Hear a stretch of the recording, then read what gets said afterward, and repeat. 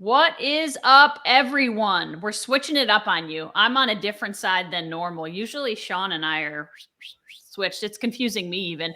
Welcome into M&M Across the Board. Ashley Miller, Eric McDowell, Sean Martin with you as we are every week. We're going to have some fun this week. Not that we don't have fun every week, guys. We're going to have some fun this week. We're going to do a little bucket list challenge. We're going to list the sporting events, the fields, the stadiums that are on our bucket list that we want to hit before we die. Realistic or not, it doesn't matter, which will be kind of fun. We're going to do a little bit of NBA, and we're going to do Eric's number topic of the month, which is the numero cuatro. That's 4 for those of you who don't know Spanish. Thank you. I had 4 years of Spanish and didn't know that. Thank you. Oh, good. Okay. 4 years of Spanish. Man, that didn't do you too well, huh? I wasn't a very good student when I didn't want to be. And that was, all right. For 4 years of that. Got to give love to singles, right? So it's our first single number. How's that? Oh, okay. Good. I love it. There were definitely a couple that came right to my mind. And then a couple that as I looked at the list you sent, I was like, oh, right. Forgot about that. All right. But let's start. We're going to kind of go all over the place today. We don't have any real hard hitting stuff, but let's start NBA, MLB. And the last time we talked to you guys last week, there were still play-in games being decided. Now those are decided. We were all on the Pelicans and the Hawks to get in. They did. What do you think about the matchups so far? Any surprises? Brooklyn Celtics was as good as advertised, and I think it's going to be a great series. Yeah, and I think we kind of were talking about watch out for the T-Wolves too. Mm-hmm. And then they went into Memphis and blew their doors off the other day, and good for them. I mean, you kind of I don't really have a favorite NBA team. I might lean toward the Celtics if anybody. Okay. But last year I was enjoying the Bucks and the Suns because it was something new. Mm-hmm. And let some of these fan bases who are starved for any sort of wins, especially Minnesota. Good for them. Go enjoy yourselves, man. Party on. Party like it's 1999. Is that how the song went? In the Twin Cities, and hopefully they can keep it going. I think the Heat actually watched our podcast last week. They were obviously motivated by the lack of interest we gave them because they looked awesome. Duncan Robinson was raining threes down like it was 99. And the defensive effort on Young, was amazing. I mean, he was 0 for 7 from threes. He had just 8 points, which he usually gets like halfway through the first quarter. And if that continues, that series is gone before we air next week again, right? Yeah. I mean, and listen, everyone knows that when the Hawks are good, Trae Young is good generally. Even in their play-in game, he struggled mightily in the first half. He hit his first shot, then missed like his next 9 shots. But they needed him to get hot because if he's not hot, then everybody else on that team has to play well. And that doesn't happen that often. So for him to shoot as poorly as he did, listen, it was a lot of what the Heat did probably. But when he misses shots, he can miss them in bunches. And when he makes them in bunches. He's a really streaky guy. But they do not have a shot in that series without Trae Young playing very well. Not just okay. The guy needs to score 30 or more a game for them to win games in that series. Yeah, I'll be interested to see how the Brooklyn responds. Mm-hmm. I wish I could have seen the end of that game. I was in Boston yesterday. I was actually talk about it in an awesome restaurant in Quincy having the chicken dinner of my life, and the game was on, and I was like, oh, we have to leave because we had to drive back to Albany. So it was rough to see, but what a great finish for them. And the Nets they're an experienced group. We'll see how they handle it, but we talked about the Celtics defense last week. Might be the difference. Marcus Smart's Defensive Player of the Year tonight. Yeah. That's just part of it. And Jason Tatum is on the verge of, if he's not in the top echelon, I'm talking top 5, he's close. Yeah. Yeah, he's a top 10 player. And I think, guys, the star power, we talked about the star power in that matchup. And Jaylen Brown is kind of like, he plays second fiddle to a guy like Jason Tatum. But when you have Marcus Smart, they don't have the star power of the Nets, and yet they're probably a better all-around team than the Nets, which is why they're going to not only stay in this series, but maybe win the series. So, yeah. I'll give you that play about how beautiful it was, and it's going to be in Boston lore. I know it's only a game one, but the thing that stood out to me, folks, we talked about Williams not playing, and yet the Celts were 56 to 32 scoring in the paint. Okay, everybody stepped up.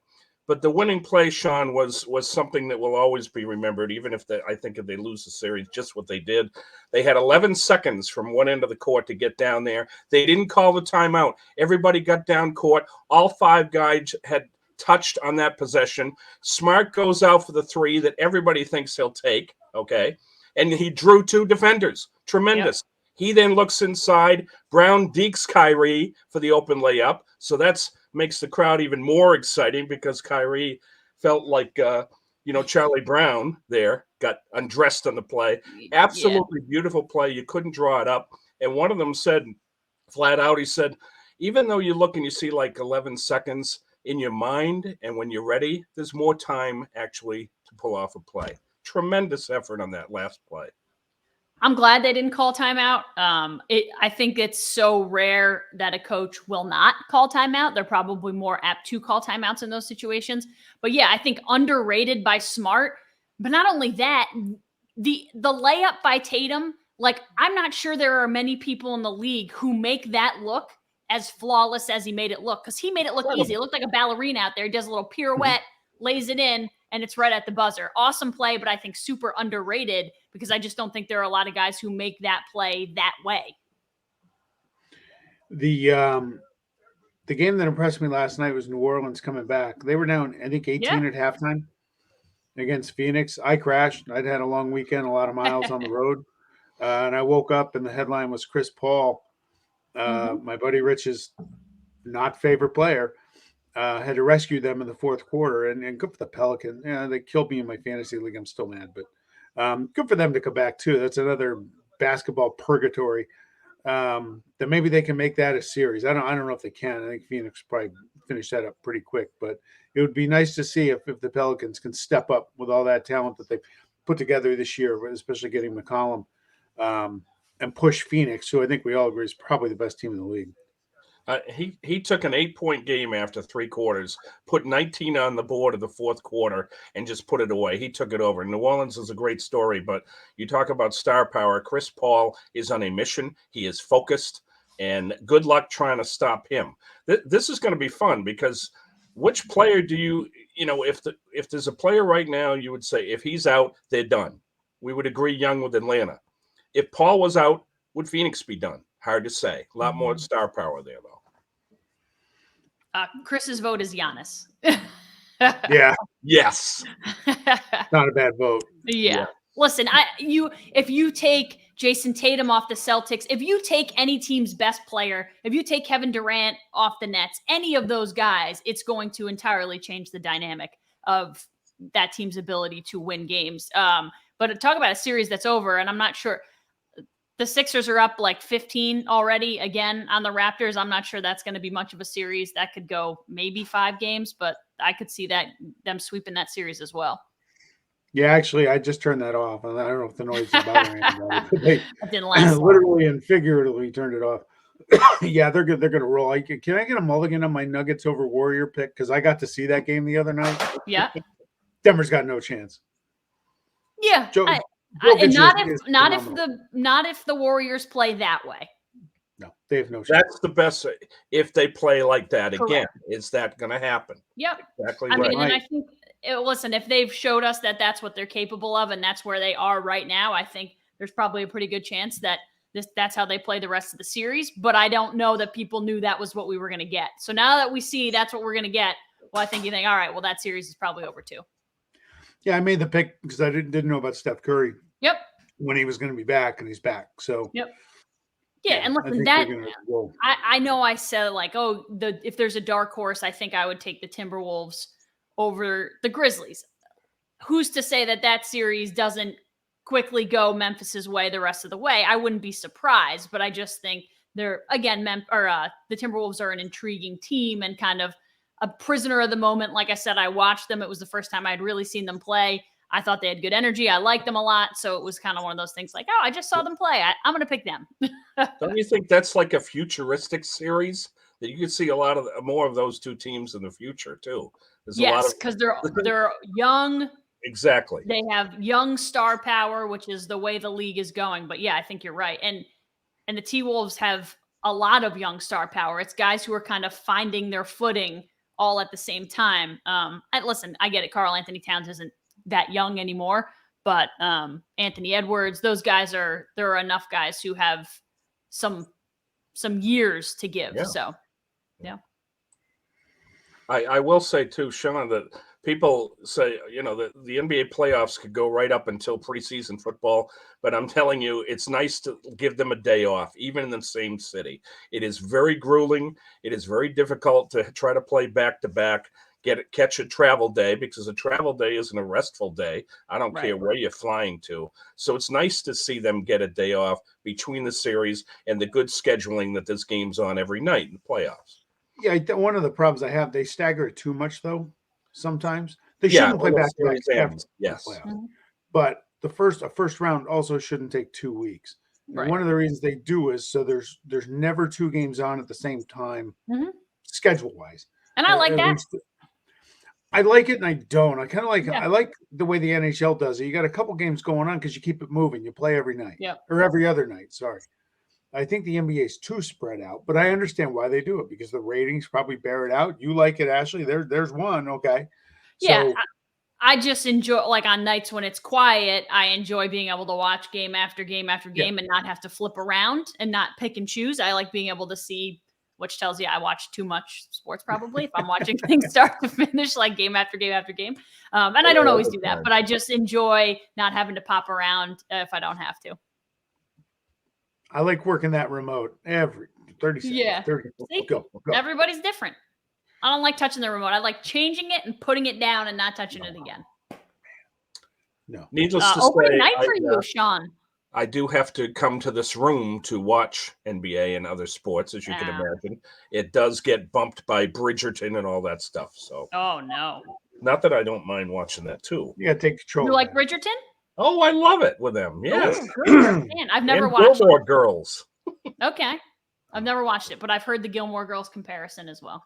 We're going off the rails here very, very quickly. That's okay. People like this. Hey, I'm well-rounded. I'm glimpsing into the lives of our outside of sports. Gotcha. Opening night for you, Sean. Are you going to stay up? Big Oakland day, our home opener. I'm going to do my best I can. The first pitch is in 39 minutes as we record this. Yeah, I got a couple innings in me for sure. Perfect. It's just about when we're done. Sign off. Yeah, I'm definitely going to give it a look. Frankie Montas got the ball. Very happy about that. My new favorite player, Kristen Pache, hit his Little League home run the other night in Toronto. The A's are, I just can't figure it out. They get rid of all their players. They bring in this new group. Don't even know each other. You have name tags. When they show up, they're like the Cleveland Indians sometimes in Major League. And yet so far it's been a fun 10 days. And now they're home for 4 for Baltimore this week. Hey, Chris. And then 3 for Texas at home. Hey, we're going to be 12-5 a week from now. So we're enjoying it. And we won at least 5 more games than I thought we would the first 10. Hey, and Frankie is still in uniform. Enjoy him while you can. He hasn't gotten traded yet. Yeah. Not yet. I have watched more A's baseball in the last week than I have ever watched in my entire life. It's a fun team. That is due to Kevin Smith. Yes. We've got the extra innings package at work. We record all the A's games now just in case he does something.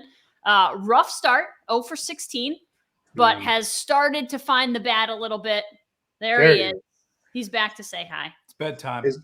Is he bedtime for Chris? You got the tissues out for Freddie Freeman's first at bat tonight? Oh, yeah. No, I'm good. I like Matt Olson. I love Matt Olson. Still my favorite non-athletic player in baseball. Yeah. Are you going to DVR? No. Oh, okay. Is Ian Anderson? I'll find it on social media where I watch this show. Yeah. Ian Anderson doesn't mind some of the sportscasts going to the other local kid, Kevin, now?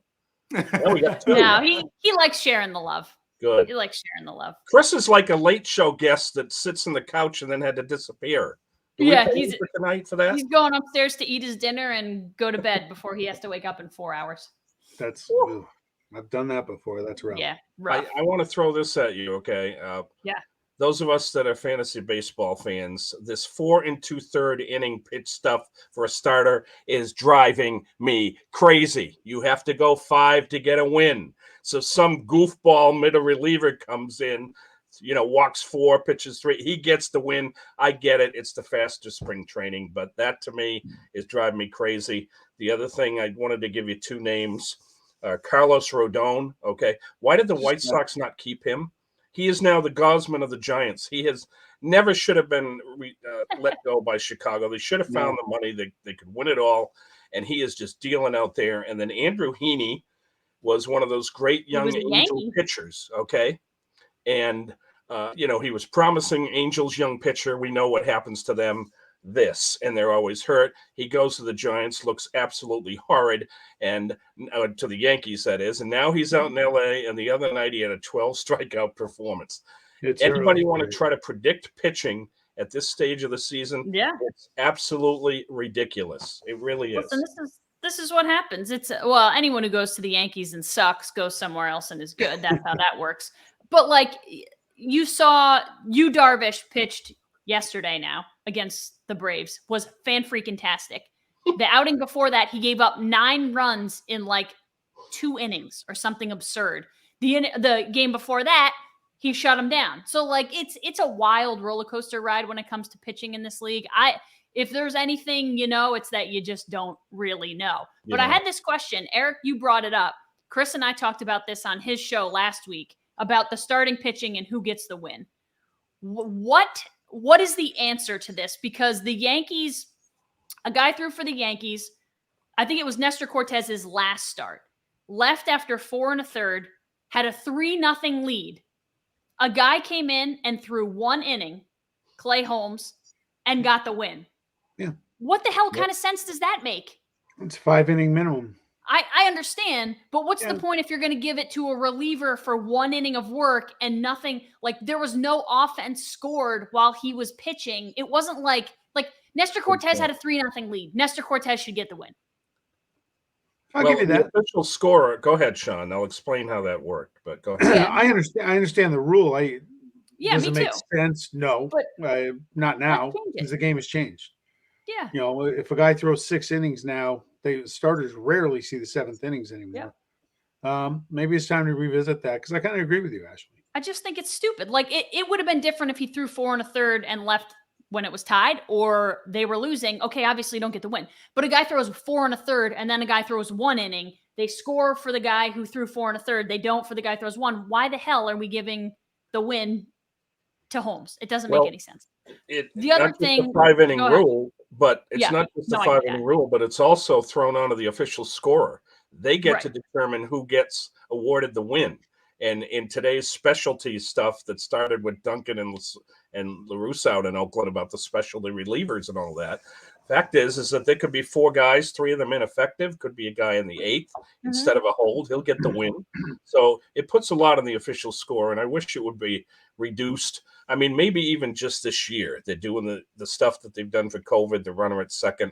Should have been a late start because of a condensed spring training and say, for this season only, 4 innings and you get the win. I think that would have been fair because it's not, this manager's looking at guys throwing 70 pitches in the bottom of the 4th inning. They're not going to roll them out again for the 5th. Yeah. Ashley, you want me to tweet at Manfred? I can be influential. No, you'll get freaking suspended again. So don't do that. No, I'll do it on my own personal one. So that's okay. I'm used to it. I just mean I don't want you to get suspended from Twitter. Not whether it's ours or theirs or whoever's. I don't want you to get suspended. Okay. I know you get all fired up. I appreciate that. I just think it's a dumb rule. I think it's a dumb rule. It is a dumb rule. I would be more okay with them just giving, and I know it's the responsibility, but Chris said, why don't you just forget the innings, the minimum, the whatever, just give it all to the official scorer. Let that person decide who had the most effect on the game, when it was won, how it was won, whatever. Let that person decide. If we're going to do that, forget minimums. Yeah. I have a question, and I without trying to get political, because it happened over the weekend. A few of the A's couldn't make the trip to Toronto. Mm-hmm. There's a bunch of Red Sox, apparently. The only one that's got to give Tanner Houck credit for coming out and saying that he's not going. He's not back. At least he owned it. But what really kind of, when he said, well, I'm bummed I can't pitch. Well, you can pitch. You're choosing not to. That's right. And that's his own thing. Okay. Not right. It's not that you can't pitch. Not that you can't pitch. You won't pitch. You won't do what's necessary. Your decision is not allowing you to pitch. So where I find this interesting, it's got one of the Sixers has an issue, is not going to be able to get up to Toronto. Probably not going to hurt him. It's going to become a thing in the NHL playoffs very soon. Yes. But let's say that goes all through Canada. Blue Jays are very, very got to be one of the favorites to be playing a lot of home games in October, as long as they're in. And it goes back to what we talked about last year. I have a hard time saying that somebody considers themselves a good teammate when they're not doing everything. This isn't something like my job. I can work from home. Right. Okay. You can't work from home and be a baseball player. Mm-hmm. So how does that sit? Eric, you being a Red Sox fan, you got a few players, at least. We don't know how many, but we're going to find out very quickly, that are going to hurt their team for when they play in Toronto. But then other teams looking forward later in the year and possible postseason may not be available to their teams. I get it's personal choice, and I know, Kyrie, we've heard about in the basketball and the city rules and all that, but personally, you're part of a team and it's your job, okay? In many employers now, I think they're saying it's mandatory, okay? So if it's mandatory and a team doesn't make it mandatory, you're still employed by that team and they have rules. So the Boston Red Sox may not have a rule that says it's mandatory, but you're traveling to an area in which you must have it done. And if you don't have it done, don't cry wolf and say, I should be pitching. No. It's your choice. I don't want to get political either, but I find it offensive to your teammates and to the organization. I don't see what the reasoning would be, because everybody that's had it done, it's doing good things, it's cutting things down, and yet this player in particular, a young guy, hasn't been a regular starter. He's finally got his chance this year to start in the rotation, and he's taken himself out of it. And I think he's putting his team at risk if he went, but also the fact that he's letting them down. You may have seen the latest news is that you've got Lowry, Puck, Trevino. There's 6 members of the Athletics right now. Yep. So this thing isn't over, folks. Right. And baseball really is in a tough situation, because now that they're back and this is happening at different teams. It's very it's just from all indications, and I don't know if this has been confirmed or not, is that Aaron Judge is unvaccinated. That's kind of the feeling that he gave based on what he said. My guess is we're going to know as soon as the Yankees have to go to Toronto, and we are playing without Aaron Judge for an entire series. And when you're talking entire series, and maybe they go more than once, they're AL East division opponents. I don't know. I haven't looked at the schedule, but you're talking 4+ games. 4+ games that you're playing without arguably your best player. 10 for a season, like Sean said. Yeah, they play 19 times against their own division. Right. Yeah. 10 home. So there you go. 9 or 10. There you go. You got 9 times potentially. You're taking yourself off the field. That's, again, it's your choice. And by the way, if anybody wants to go political, find me on Twitter, and I'd love to. He would love to get suspended for you. I kind of enjoy it. It's a badge on. But that's where I go back to. You can't tell me you're a great teammate when you're not doing everything you can possibly do to help your team win games. This isn't an office job. This is sports. Right. This is big time money. You're making a ton of cash. Okay, just my opinion. Yeah, you're not alone on that. All right, hey. Don't forget, folks, the Albany Empire kickoff their season at home Saturday, April 23rd. Gozilla Media will be hosting the pregame show starting at 3:30 live from MVP Arena. You can watch it on Gozilla's Media's YouTube channel. Buy your tickets today. Excuse me, at AlbanyEmpireNAL.com. You going to be there, Ashley? I will probably be there, but I don't know for sure. Okay. We will be covering it. I'm just not sure if it will be me or someone else. Gotcha. We'll be there later in the season doing stats. It's like watching watching popcorn without a lid, trying to do those stats. until the last 2 minutes. Well, I don't know if this league is the same where it slows Fast down. and Furious. Yeah, it is crazy. Yes, I enjoy it. Slow down Actually, a lot in the last 90 seconds or so. This cup, which has just been, you can't read anything on it. This is Albany Firebirds. I was going to say birds. This is an Albany Firebirds Cup from, I think, 1993. I've kept it all these years. That's amazing. It's durable. You know what? I didn't even think this is like after hours. I could have put some like vodka in my Arnold Palmer today.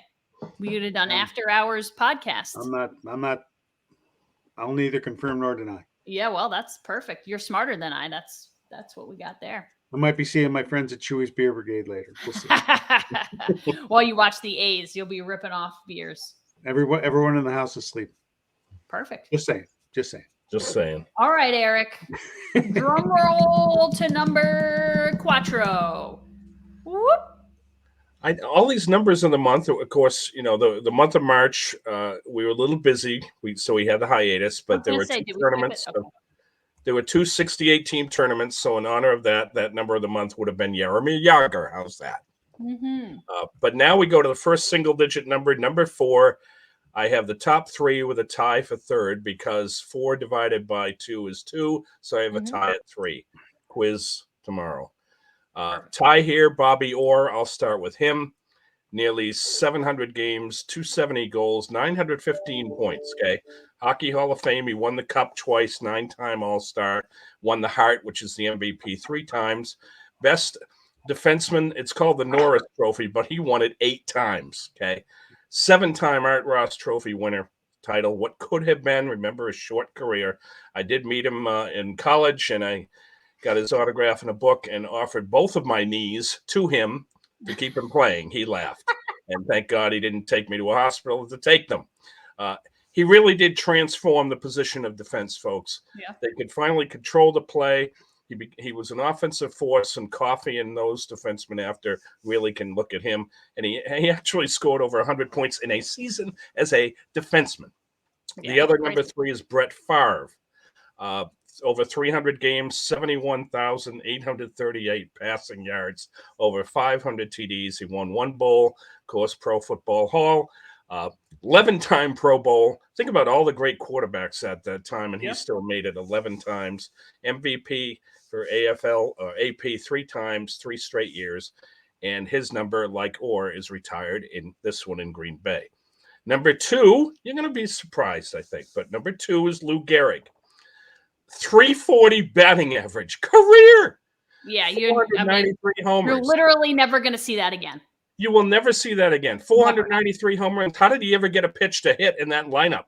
Okay, nearly 2,000 RBIs, baseball hall, 7-time All-Star, 6 World Series titles. Okay, keep track, Ashley, because you know how important those titles are. 2-time AL MVP, won the Triple Crown. His 4 is retired in the Bronx. We will never forget that moment that he had with the mic that we still see to this day, because his teammates would say that they were the luckiest men on the face of the earth. Okay, what a memorable day. Tragic story, but his name lives on. Mm-hmm. Number 1 to me will be Jean Beliveau. And I will say why, because I'm going to tip the hat to him.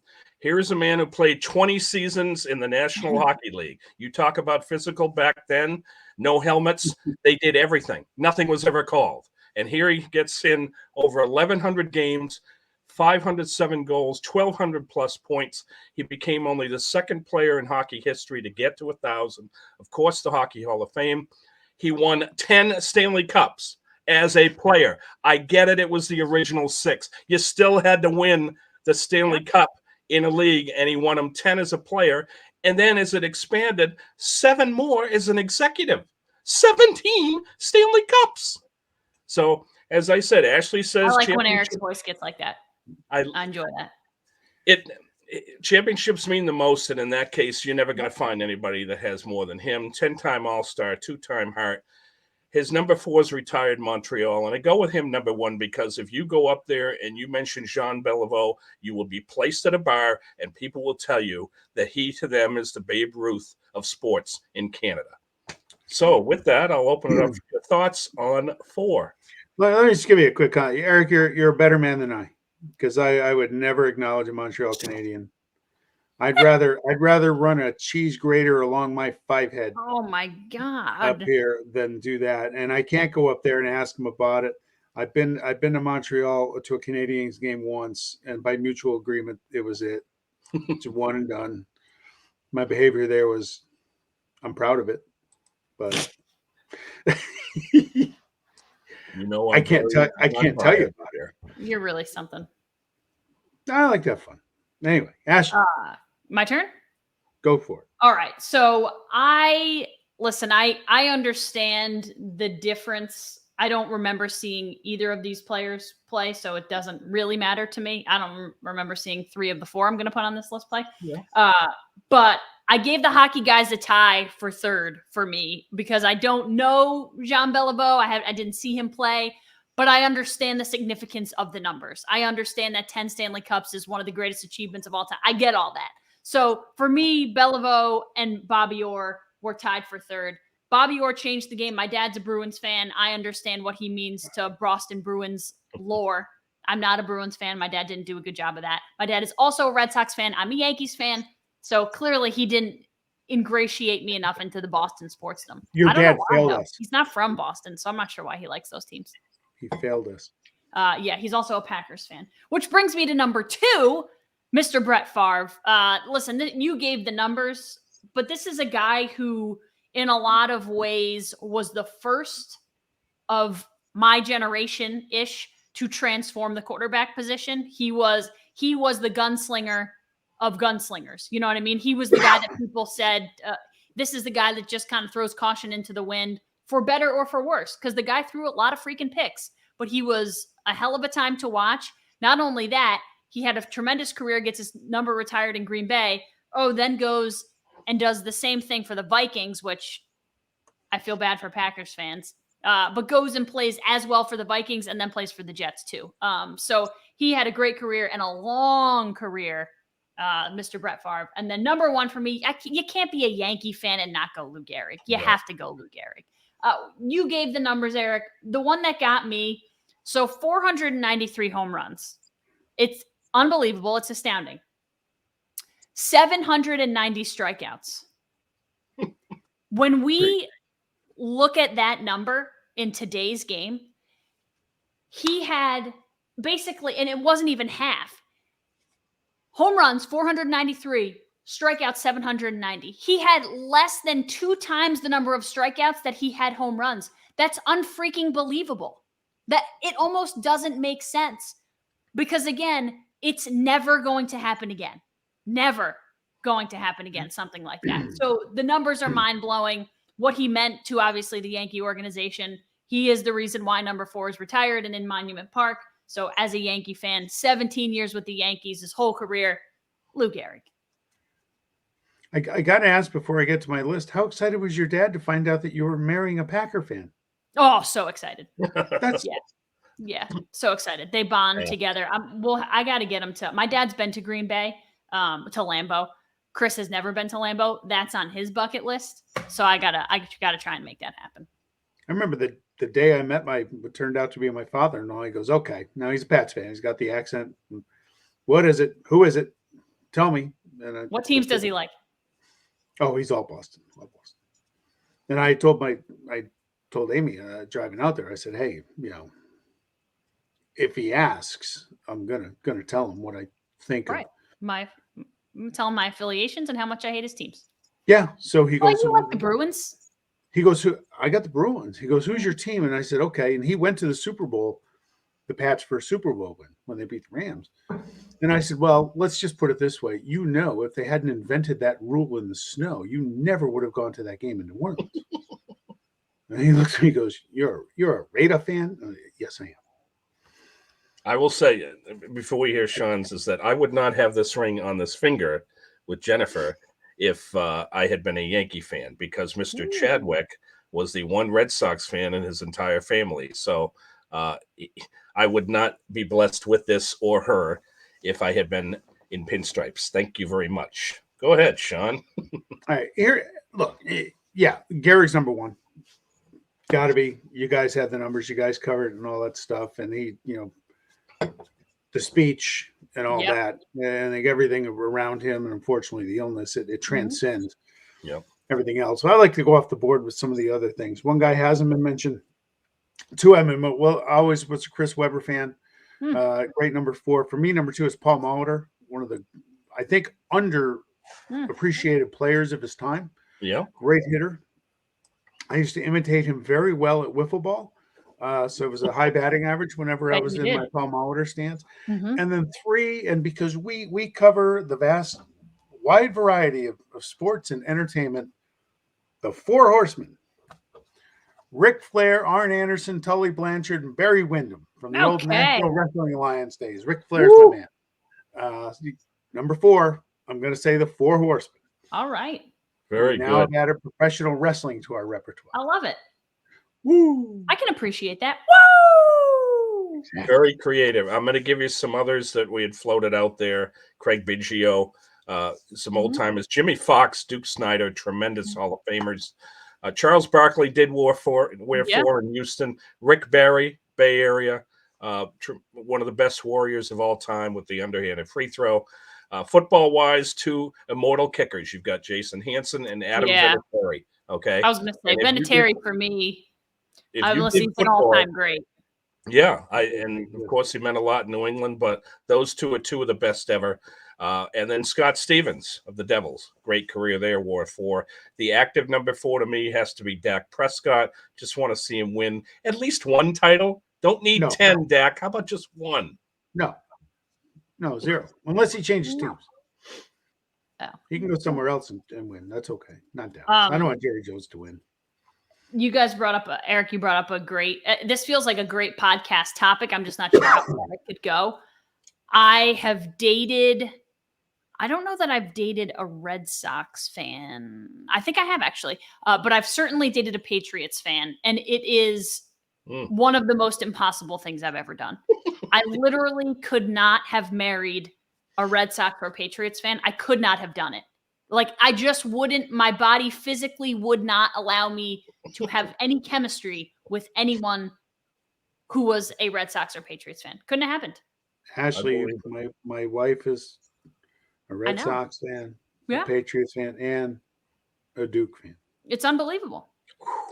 It's unbelievable because I'm telling you, it physically could not have happened for me. So Chris is a Braves fan, a Packers fan. So like these are all teams that it doesn't have to be my team, but it can't be the teams that I loathe to like the center of my core. It can't be those teams. It can be anyone else because you know what? For basically 5 games of the year, we, kind of root against one another kindly, but like rarely does it ever really matter. The only time I would have to root against the Braves is if the Braves play the Yankees in the World Series. We'll cross that bridge when we get to it. Were you guys together when the Giants went to Lambeau and beat the Packers in the NFC title game? What year was that? I have no idea. No, I don't think we were. No. Okay. We started dating in 2013. Curious how that would play out. Yeah, not great, but I'm like generally both of us are pretty passive fans. So unless somebody like gets in my face about something, I'm pretty chill. I can just kind of take it and go. But all right. The Packers or the Patriots and Red Sox fans that I have dated have not been passive, and therein lies the problem. That's a problem. All right. Hey, while we're on the NFL, Godzilla Media will be live. Brent Musburger this year for the NFL draft at Iron's Edge at Boston Spa Country Club. Brent's the Raider play-by-play guy, and the draft is in Vegas. Join Godzilla Media live on location starting at 6:30 p.m. and throughout the entire first round. Enjoy great drink specials, food, football fans, and more on Thursday, April 29th. For more information on the upcoming draft night broadcast, continue to watch and listen to Godzilla Media shows this month. All right. Bucket lists. Yeah. So you want to go 5, 4? Yeah, that's go around the horn. Yeah. Sure. Okay. I'll start. Some of mine are more creative than others. Some are more, like I said, some are realistic, some are not. Some are places, some are events, whatever. So here we go. 5 for me, this might shock you, is I would like to see a NASCAR race in person. I've never seen a NASCAR race in person. I've heard it's a hell of a time, a cool experience. I don't even watch NASCAR. I don't really care about it, but I think it would be cool to go be a part of the weekend, to see it in person, to feel it, to hear it, whatever. So I want to go see a NASCAR race in person. Yeah, I think that sounds awesome. Have either of you been? No. My father did go, and he was a mechanic. And so he watched, but he loved listening to the pits.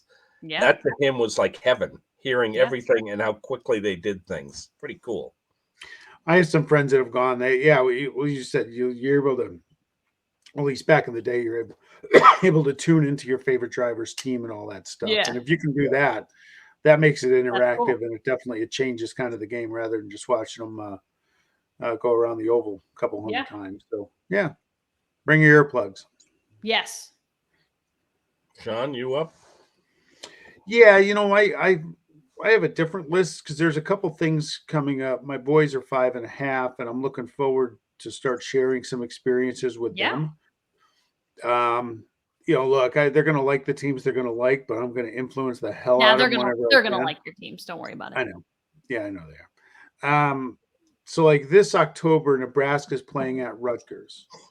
They're too young to take them this year, but I think the next go around will be 3 and 4 years when they'll be 8 or 9. I want to take them there. I want to have that experience. I love the college experience with the bands and everything like that. So that's something I'm looking forward to down the road, to being able to take them and share with them. So Nebraska at Rutgers, and I might be the only person on recorded history to ever say that that's a bucket list item, especially only in Piscataway, because flying out to Lincoln is probably not going to happen anytime soon. So I'm a pioneer with there. Piscataway, New Jersey, destination Jersey. Yeah. I love it. That's great. And it's going to be fun for you to create memories with the boys. That's for sure. Yeah. Nothing better. Number 5 to me, Lambeau Field. Okay. Just the way that it was pronounced, Lambeau Field. I know it'd be easier to probably get a ticket to one of the others that I'm going to talk about later, but to me, it's just a shrine, what they've done with it. I know they have a museum there now. And, if you're there, you don't want to be there in July when there's nothing going on. I want to go there and freeze my hoo-hoos off right in the middle of January. That would be Lambeau Field. I hope that can happen someday. Are you going to go shirtless? Go shirtless. Oh, yeah. And then I'll put a big S in memory of you and your shirtlessness. Yeah. Will you come thaw me out of the hospital? Not what I was thinking of, but yeah, you got to do it. They'll evacuate the stadium. Thank you. I have a great story my dad tells from I told you he's been to Lambeau. I think just once. He went to Lambeau. He scalped a ticket from outside the stadium. This is probably 15 or 20 years ago. Even I was pretty young. Scalped a ticket. He said got it at cost. The guy was like, no, we don't upsell. We just at cost, whatever. He said, I'll see you inside the stadium. My dad got to his seat, and there was a beer sitting in his seat. The guy who sold him the ticket bought him the beer, and my dad was like, whoa. No, your beer. And he was like, no, that's your beer. And my dad was like, where the hell am I? He was like, you buy a ticket, we buy you a beer. This is how this works. And he's like, I'm not in New York anymore. Like, this is, he said they were just beyond hospitable. Sold you the ticket at cost, and then had a beer waiting for him at his seat. Pretty cool. Awesome. Yeah. Yeah. If I could share a real quick New York sports story. 20 years ago, the Raiders were in the Meadowlands just drilling the Jets. And I brought one of those Vuvuzela, obnoxious horns. I had that thing cranking so much. My buddy Kip ripped it out of my arms and threw it off the third deck. And I ran down to the lower level, and I paid $20 for a $5 Vuvuzela to get it back, to take it back up to the seat. And the guy actually, he goes, how much? He goes, how do I know it's yours? I'm like, come on, right? You're like, dude, you want to put your mouth on something I just been blowing on? He goes, give me $20. And I'm like, it's worth $20 to go piss off my friends again. So yeah, I'll do it.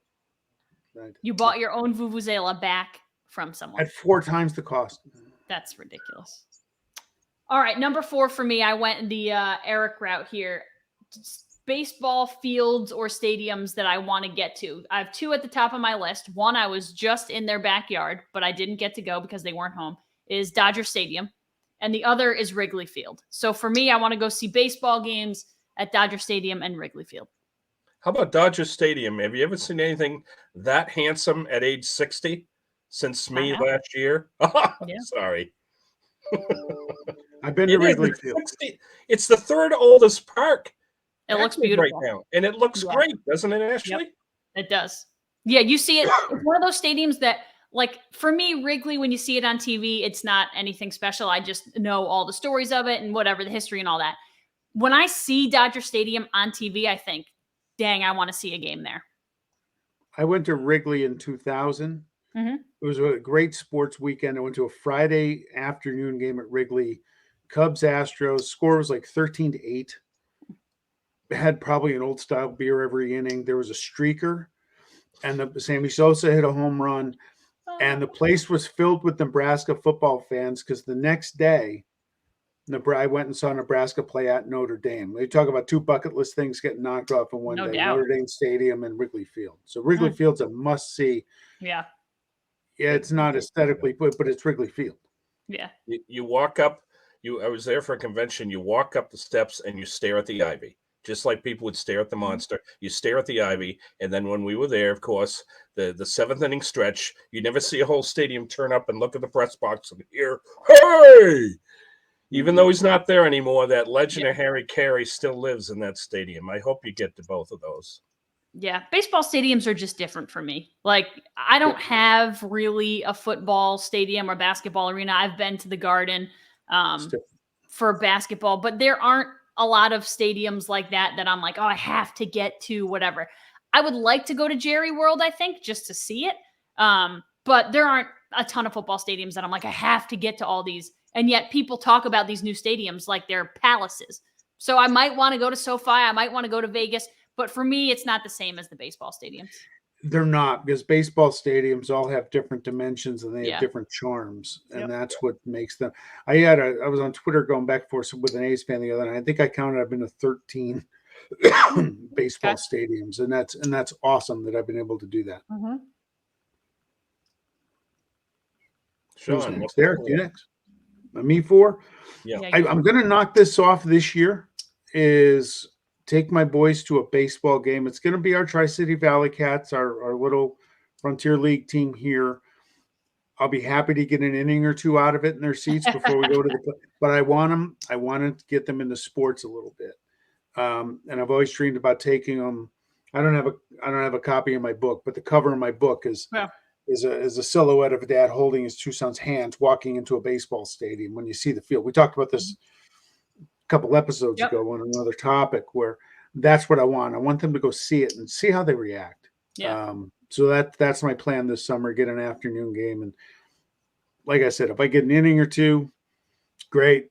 Get them a snack, get them a souvenir. Yeah, I was going to say, you can keep them there longer, get them a hot dog, and then promise them, like, okay, in the 3rd inning, you get ice cream.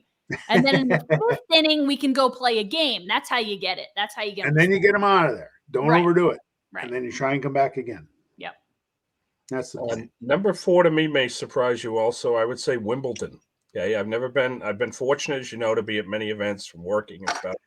But I want to look at some sports like that, and just Wimbledon of being there, what it must have been like years and years ago. I would look on that hallowed ground at center court like we talk about these ballparks, okay? Mm-hmm. And what do you look at and just think about who has been there all the way through, both men and women over the years. It would be very exciting just to be there and not just, see center court, but walk around, watch about some of the other matches, like when you're out on a golf tour, watching some other people, but just being there, the atmosphere, enjoying the city. I hope that someday that could be on the list. I just think it's a very classy event with just oodles of history. You don't have to be a big tennis fan to enjoy an event of that nature. Yeah. Sorry for the interruption. I'm putting the A's game on. Oh, yeah, go ahead. Number 3 for me is one that is very situational. My bucket list item, and it's not number 1 for me because it is so situational. I would love to see Syracuse in a Final Four, like to go be there. I've almost pulled the trigger on it a few times. I've seen them in the NCAA tournament. I think I told you guys this when they were at the TD Garden for the Sweet 16. I saw them win against Wisconsin or Ohio State. It was one or the other. I think I saw them beat Ohio State and then they lost to Wisconsin in the Elite Eight game at the TD Garden, which I wasn't there for. But yeah, it's hard because you have to wait till they get to the Final Four and then book these trips, which are exorbitantly expensive and almost impossible to get tickets to. So I've looked, I just haven't pulled the trigger, but it's probably the sporting event that I would spend the most money to go to. Like we talk about sporting events, like what would you spend, whatever. I think I would probably spend the most money to go see Syracuse in a Final Four or a national championship game, that type of thing. So I hope in my lifetime I get to do that. Who knows? You never know. They might never get back there. Yeah, I kind of along those same lines, Ashley. 3 for me. I love events. I love seeing history. Mm-hmm. I would love to go. I wrote down Super Bowl. Mm-hmm. Doesn't matter who's playing. Love to be a Raider game. Sure. But, a Super Bowl over, college football national title, a Final Four. I've been lucky enough to cover an NCAA hockey championship team that won it, which was great. But to be there but even then I was running down for press conference and writing a story. I would love to be there. I'd like to go to a Super Bowl, get there for a couple of days and enjoy the atmosphere because that's what makes those things so special. Mm-hmm. So yeah, Super Bowl is definitely on the list. Number 3 to me, I know what Sean's going to do. If he was in the room, he'd knock my block off, but I want to see a Canadiens home game in Montreal. I would like to go visit the Forum, just soak in the history. Again, I'm a sports historic type of guy. And to me, watching them all that time, you'd see the top hats. It was like a night at the opera in Montreal, the old photos. It's a fabulous city. It really is. It's a great city to visit. So much fun there. We went for a mini honeymoon right up the turnpike before, a year later with a cruise, and it was just such a blast. But that to me would be like seeing the Yankees at Yankee Stadium. We've been blessed to see that. I would love to see a Canadiens game in Montreal, and I don't mind the Bell Center because there's probably a lot of history on the walls, as long as it's anybody but the Bruins playing them. Anybody else. Number 2 for me, and this is along your lines of history, Eric, I would love to go to the Masters.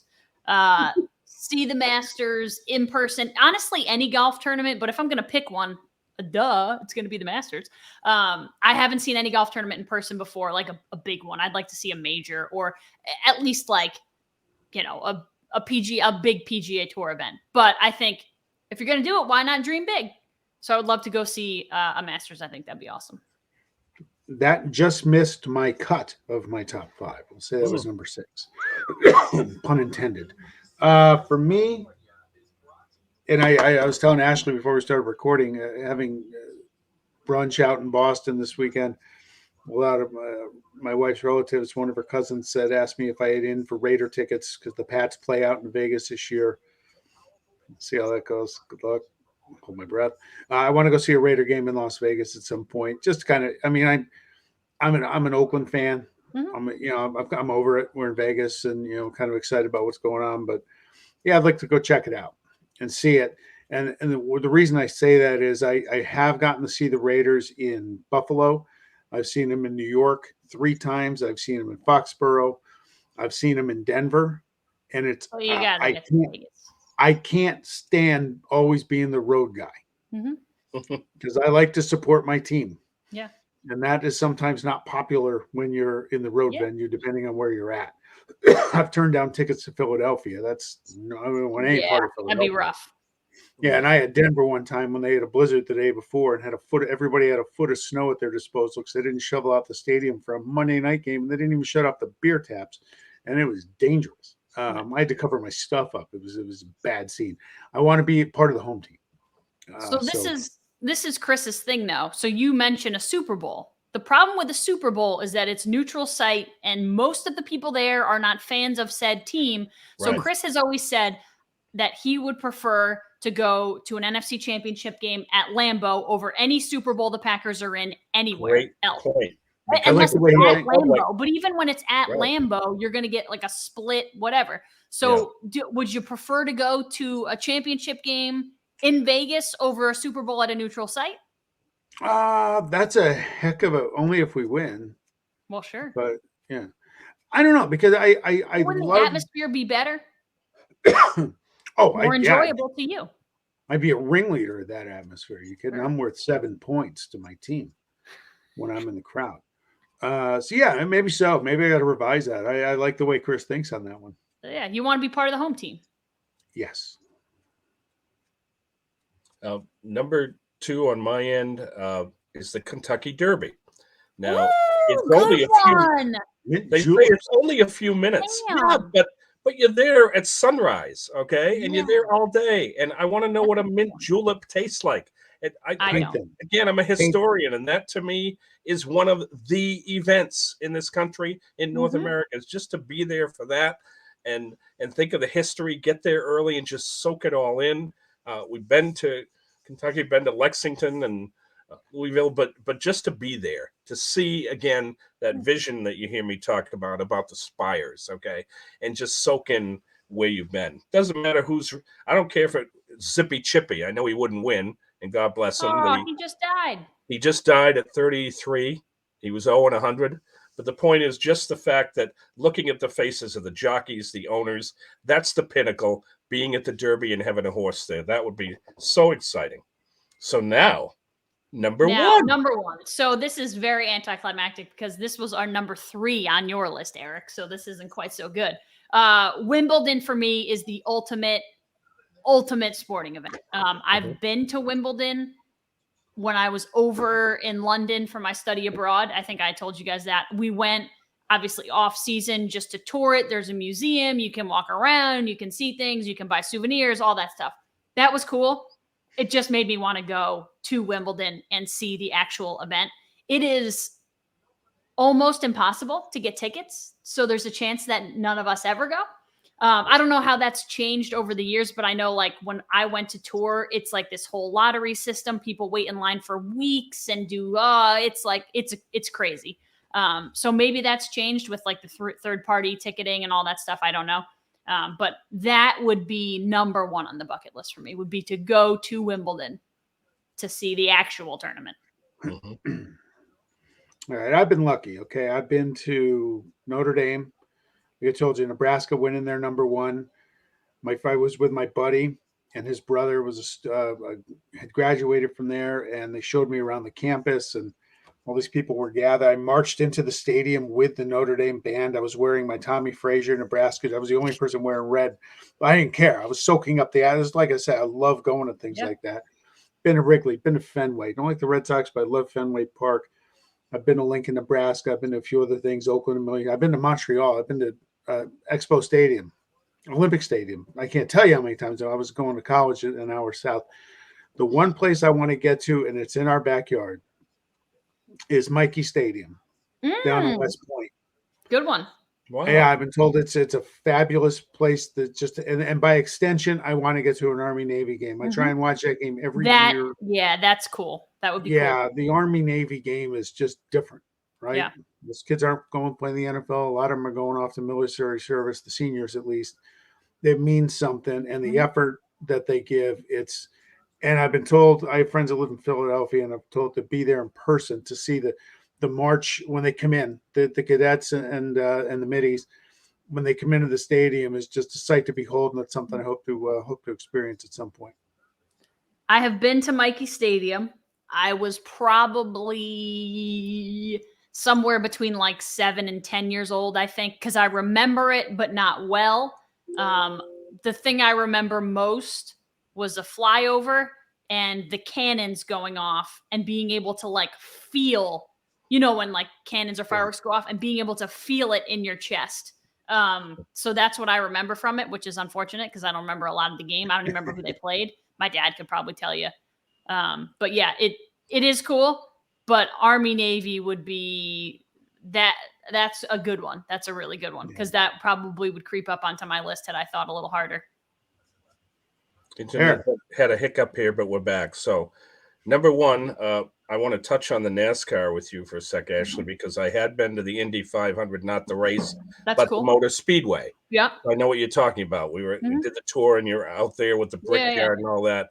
but it's just dreaming. It's not that anything actually did happen. But number one, to me, I'm going to go back to the tradition unlike any other, and I'm going to agree with you. And number one to me is the Masters. Yeah. Everything I've talked about is the fact that you look at certain things that you've seen pictures of, and now you're seeing it live. I want to see a men corner. I want to see a ball go ploop that's not off of my club.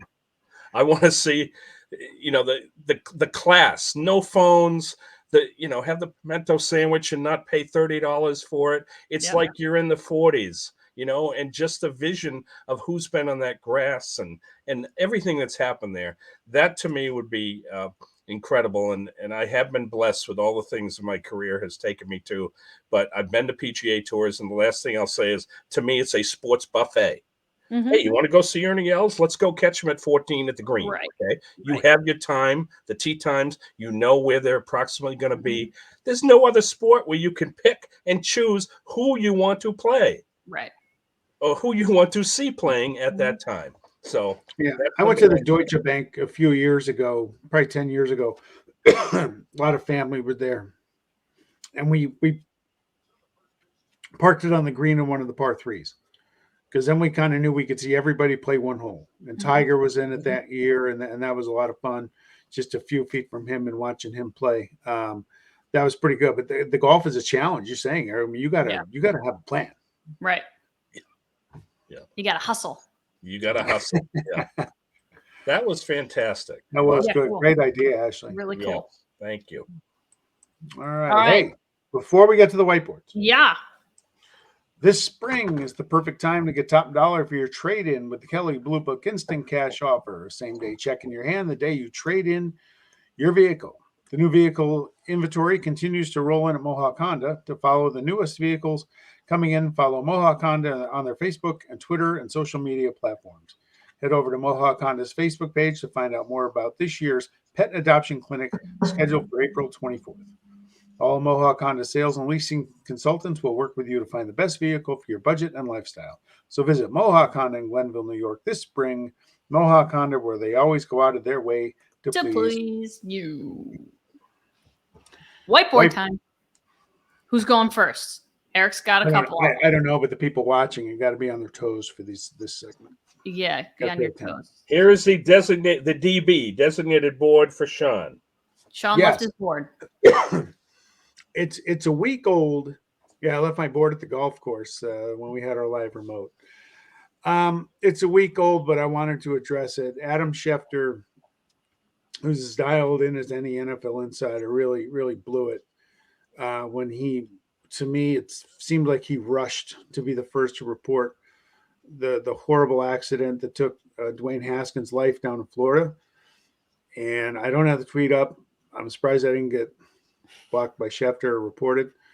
But he basically said, Dwayne Haskins, who basically busted out of the end. He didn't say that, but he used his career in a not so enlightening term, passed away at a car accident.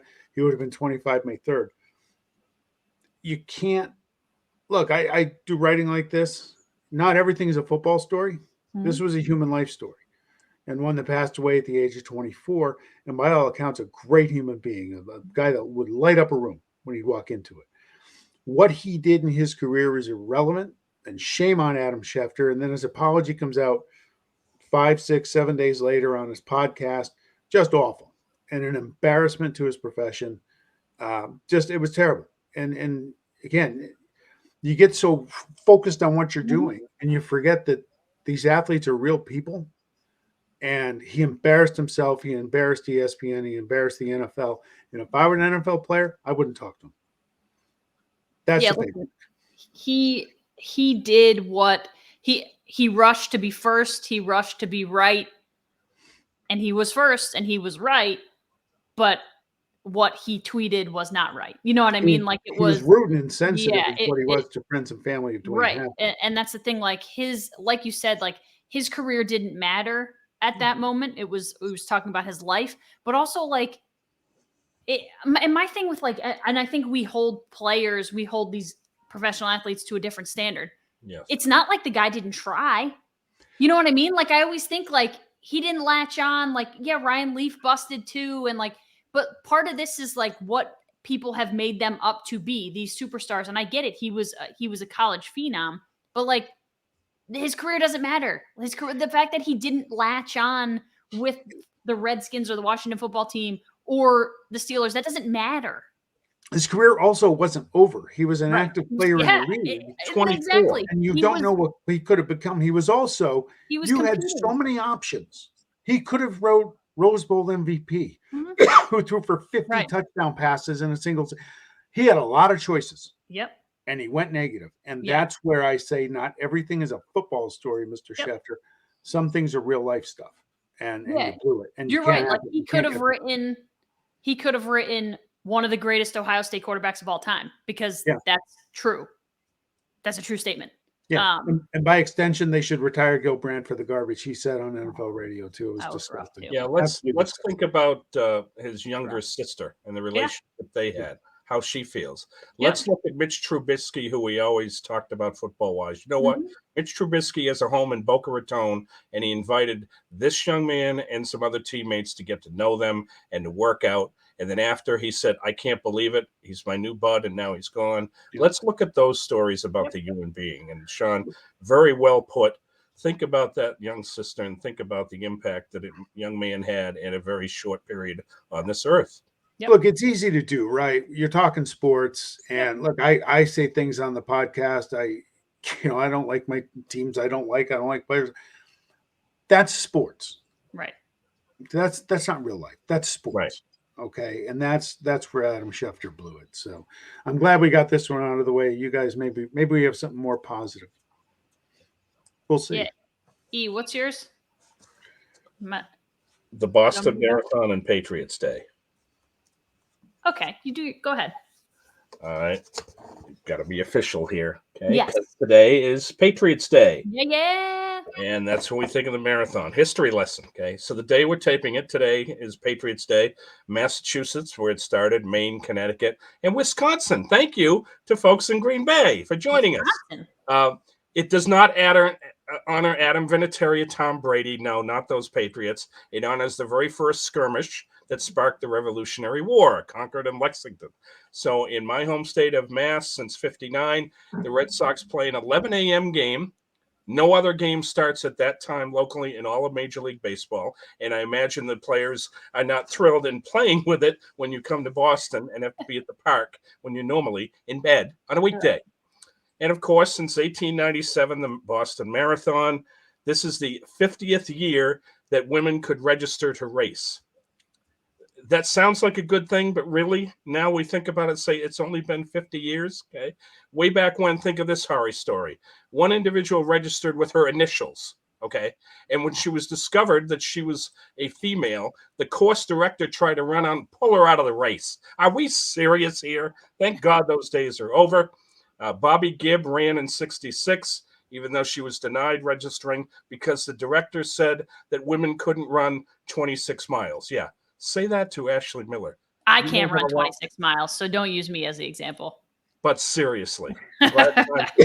So we remember the 2013 bombing with David Ortiz's passionate remarks at Fenway, the World Series trophy being brought to the finish line that year. Boston strong, still emotional about it. And then there is Rosie Ruiz, who blended into the crowd a half mile from the finish line and won it from there in 1980. Thank you, course cameras. Good try, Rosie. Bye-bye. And then finally, Heartbreak Hill, fittingly named. So Patriots Day provides many sports memories at the ballpark, and from Hopkinton to downtown Boston, we love Boston sports traditions. Yeah, that's a good one. I mean, listen, there's nothing like it. I remember learning the first time people were like, yeah, we get off for Patriots Day. I'm like, wait, you don't have to work? Nope. We get off and we go drink. We go to the finish line. We go to the Red Sox game. It's a whole thing. I'm like, well, that sounds like a hell of a time. It is. Pretty cool. All right. This is so here's the deal. Wait. Okay. So Sean and I had the same whiteboard. We didn't know. So this is my whiteboard. And we did a coin flip, and Sean was gracious enough to allow me to do it. But Sean had some much better artwork that cannot go to waste. 8 hours. I spent 8 hours on this. 8 hours on Kyrie? No, on the artwork. Oh, I was going to say. All right, let us see I'm it. as good an artist as I am turning a He wrench. doesn't play for 8 hours. Here we go. Oh, yeah. I mean, if that took you 8 hours, we got some problems. I have a lot of issues. Hang on. Put that up again. Yeah. 1, 2, 3, 4, 5, 6. Your hand has 6 fingers. I told you I had issues. I hope You're only right. one middle finger. 8 hours, 6 You're right. fingers later. You're right. I was like, I'm pretty sure that's too many I fingers. told you. I'm a hot mess. It's these evening recordings. Anyway, I really dislike that we're still talking about Kyrie. It feels like we're always talking about Kyrie. I think he's been a whiteboard topic of ours for like 6 times this season or something ridiculous already. I've contributed. Anyway, flipping the bird. The guy gave the double birds. He did like the back of the hand. Like there's fans yelling behind him, and he gave him the double bird off the back of his head. The reaction is classic. Just grow up already. Grow up. Of Him or course us, the they fans? do. You left them in Boston. They're Boston fans. Number 2, they hate everyone who doesn't play for their own team, but they especially hate players who used to play for them that now come back. Unless their name is Tom Brady, they hate you. So you can't live through a single game. It's literally the first game of this series. You can't handle it enough to not react to a bunch of jackasses who are yelling profanities at you and giving you a hard time and ribbing you with a little bit of fun. You got to double barrel the shotgun bird. I just like, I'm so sick of it. And then after the game, he's like this weird, he's his weird self after the game, and he's answering questions, and he says, yeah, I'm just giving them the same energy that they're giving me. And so then the reporter asked a question like, well, why do you think there's hostility there? And he kept saying, it's not hostility. There's no hostility. And so the reporter was like, well, the middle finger, that's hostility. Like that is the act itself of being hostile. And he was like, no, it's not. And he like fought him on this. And the guy was like, okay, whatever. How about we just call it energy? Because that's what the Zen Kyrie likes to call it. It wasn't call it hostility. He's going to call it energy. So he's matching their energy. He's an idiot. He's an idiot. Like, and I understand it's not fair to hold the players to whatever. Okay, but yes, it is. You're getting paid $1 bajillion to not double barrel flip off the fans. Just hold it in for 2.5 hours and then go back in the locker room and flip off whoever you want. You know what? You hear some athletes tell you that they don't hear the crowd because they're so zoned in on the game. You don't hear the crowd until a timeout. Right. But they lie. It's on the court. Get over it. It's not right that buying a ticket doesn't give you the right to. No, I agree. But people. Well, I say normal people. I don't go whatever, but I don't know what you say at games. If you're anything like your Twitter account, you're probably like those people. I'll tell you what. I've matured a little bit in my life. I don't go a lot of games now. I'm not nearly as bad as I used to be. I would do research on people. Oh, that's what makes it fun. But I kept it clean. I kept it clean. But that's the funny stuff. Like that's the stuff that I appreciate. I mean, I sat in a deluge of water in old Yankee Stadium in the left field bleachers back when nobody ever went to games and just hounded Mike Greenwell for hours when he was on the Red Sox. It's amazing. I had no voice left over, none for the ride. That's the stuff I can appreciate is like when people put in time and energy to finding out things about people and just are relentless. Like that's what people pay for. Go ahead. I go to Olympic Stadium, same thing. Buy $4 for bleacher seats, and you're drinking all that Canadian beer. And I go down when the starting pitcher was warming up, and I tell my friend, "I'll be right back. I'll go talk to the starting pitcher and introduce myself." There are people that can have fun with it. We'll look at Pedro Martinez when the curse hadn't been broken yet, and he said, "Put Babe Ruth up there, and I'll drill one in his butt." Right, and then he said, "The Yankees are my daddy." Yeah. He knew what he was doing. Yeah. And it gets the fans riled up. It's fun. A rivalry's fun. In this case, Irving can't take it that way. To his credit, he scored, 39 points? Yeah, listen, he was the best player on the floor. We know his history, but I'm not I'm not proud of my fellow fans when I go to some games in Boston. What I've seen in Philly and New York, I don't think it needs to be vulgar. I think of the kids, okay? Yeah. But it is fun to bait the opponent. But there's two things you don't do in Boston. If you've worn a Celtic uniform or the others, and you have that history, and you are talked about like you could be in the koozie. I never thought of him that way, but that he had a great future. The problem is he said he was going to sign the extension. Then he gave his you-know-what finger and didn't sign it. You don't scorn Boston Celtics history, and you don't scorn a Dunkin' coffee either. Those are the two things you can't do in Boston. But let's behave. It's going to be a great series, and I hope that they stop riling him up, because it gets him so peed off that he scores nearly 40 points. Listen, I was going to say they're just going to do it more now, but probably, imagine if he had only had like 10 points and they were pissing him off. Like he would have been at a whole. I would have been like, I got 39 points, man. Like, what do you want from me? You wish I was on your team.